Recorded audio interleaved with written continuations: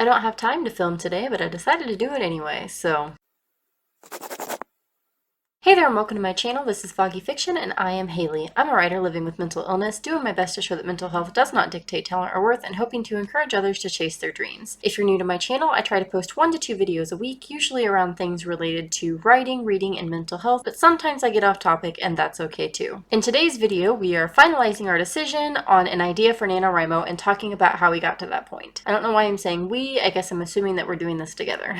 Alright, so earlier this week, I talked about how I have a checklist for Preptober, and the first thing on that checklist is choosing an idea. If you want a refresher, I'll link that video in the cards. I think it was only like a 5-minute video, so it wasn't too long. I mentioned in the last video that I have a back catalog with several ideas, and a few of them stuck out to me. But I didn't end that video with the decision having been made. I'm happy to say that that has changed. So let's talk about how I got to this point.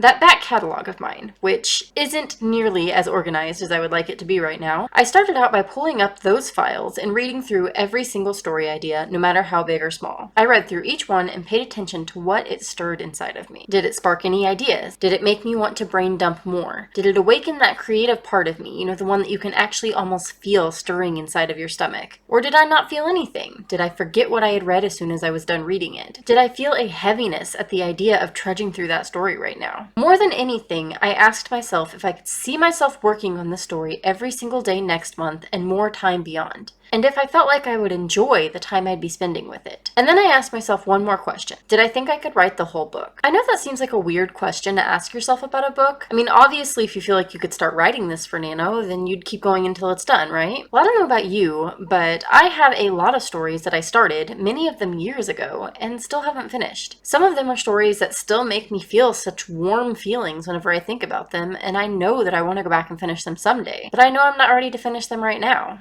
So when I was looking at my back catalog and found the few stories that were sparking some things in me, I asked myself which of those few I could see myself actually finishing next month. And only one really stood out. Even with that knowledge, I ended up giving myself a few days to really think about it, basically the entire time from the last video until this one. I tried brain dumping on the few ideas that stood out to me the most, and just really tried to see which one was sparking more ideas than the others. And even on that note, the same story stood out to me. And so it was clear that I had one real winner. And it is one of the 4 that I mentioned in the last video as ones that I was leaning toward the most. If you don't remember or haven't watched yet, I mentioned there were 2 science fiction stories, a romantic comedy, and a mystery thriller type situation that were the ones that I felt I was most interested in picking up right now. I'll give you a few seconds to guess which one of those won. Science fiction, rom-com, mystery thriller situation. Got your guesses? The winner is... rom-com. Did you guess right? Are you surprised? Were you expecting me to throw all of those out and stick with the contemporary like my first 2 manuscripts instead? I honestly surprised myself a little with this choice, but it sparked all of the right things for me. It stirred that creative thing in my tummy, it flipped the switch on in my head, and I found myself coming up with ideas even when I was trying to go to sleep and not think about writing at all. And most of all, I could